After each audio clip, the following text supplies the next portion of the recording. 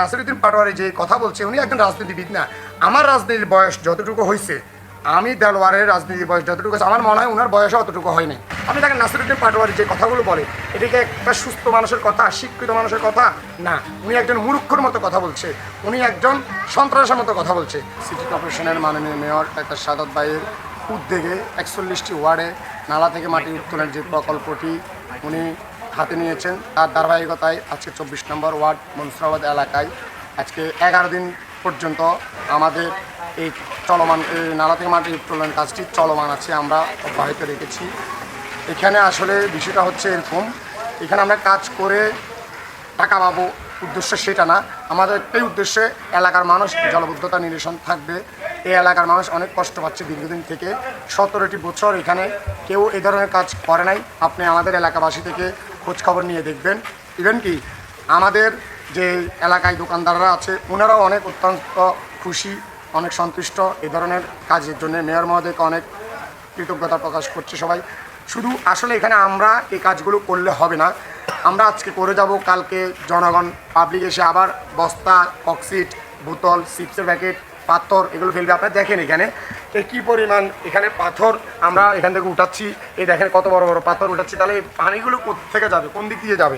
এখানে আমরা পরিষ্কার করছি, সিটি কর্পোরেশনের কর্মীরা এসেও এখানে পরিষ্কার করে যাচ্ছে, কিন্তু পুনরায় দেখা যাচ্ছে পাবলিক সাধারণ মানুষ আবার যে যার মতো করে যেখানে ইচ্ছে সেখানে ময়লার বস্তা, যে কোনো ধরনের আবর্জনা এখানে ফেলে যাচ্ছে। সেই ময়লার বস্তাগুলো, আবর্জনাগুলো আবার নালা আসি পড়ছে। আমরা 17টি বছর সরকার গঠন করতে পারেনি, সরকার স্বৈরাচার ছিল, কিন্তু তার বিনিময়ে তার ফাঁকে ফাঁকে আমরা আন্দোলন সংগ্রাম, নির্যাতন নিপীড়নের মাধ্যমে দেশের জনগণের জন্য কাজ করে এসেছি। কিন্তু আপনারা দেখেন এনসিপি কী করছে, এনসিপি করতে পারছে একটাই জিনিস, সেটা সমালোচনা। কিভাবে বিরোধী সরকার দলকে ছোট করতে পারবে, বিভ্রান্ত করতে পারবে, জনগণের কাছে একটি প্রশ্নমুখী করতে পারবে, ওনারা এই ধরনের কর্মকাণ্ড নিয়ে ব্যস্ত। আমার মনে হয় ওনাদের শিক্ষার অভাব আছে, না হলে একজন রাজনীতিবিদ সিনিয়র নেতাদেরকে নিয়ে, একটি সিনিয়র দলকে নিয়ে এই ধরনের কথা বলা কিন্তু আসলে দেশের মানুষ কাম্য না, চায় না।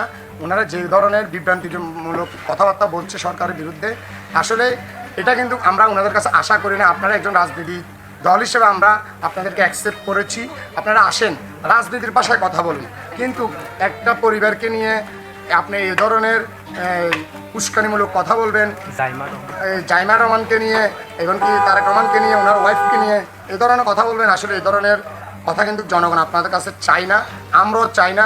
আমরা চাই আপনারা জনগণমুখী হন এবং আমাদের সাথে, সরকারের সাথে একত্রিত হয়ে দেশের জন্য কাজ করে। বিএনপি কিন্তু এখনও এনসিপিকে নিয়ে কাজ করছে, জামাতকে নিয়ে কাজ করছে, বিরোধী দলকে নিয়ে কাজ করছে। আমরা কখনো মনে করি না, আমাদের সরকার কখনো মনে করে না যে ওনারা আমাদের বিপক্ষ দল।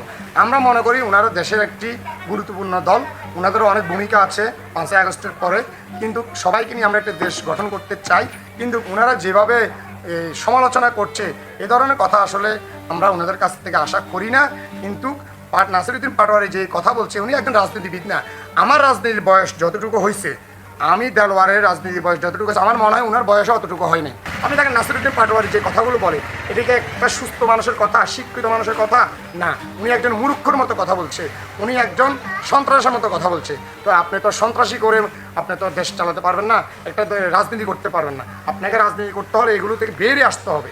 আপনি সুন্দর করে আপনি রাজনীতি করুন, আপনি বিভ্রান্তমূলক কথা থেকে বেরিয়ে আসেন এবং জনগণকে আপনি আপনার দলের কর্মকাণ্ডগুলো আপনি সুন্দর করে ভালো কাজের মাধ্যমে তুলে ধরেন। ইচ্ছা আছে আমরা রাজনীতি করি জনগণের জন্য, দেশের মানুষের জন্য, এলাকাবাসীর কল্যাণের জন্য, যেটা আমাদের নেতা থেকে আমরা শিখে এসেছি। অতীতে যদি দল আমাদেরকে সিলেক্ট করে, দল যদি আমাদেরকে অবশ্যই মনোনয়ন দেয়, দলের জন্য আমরা অবশ্যই কাজ করে যাব।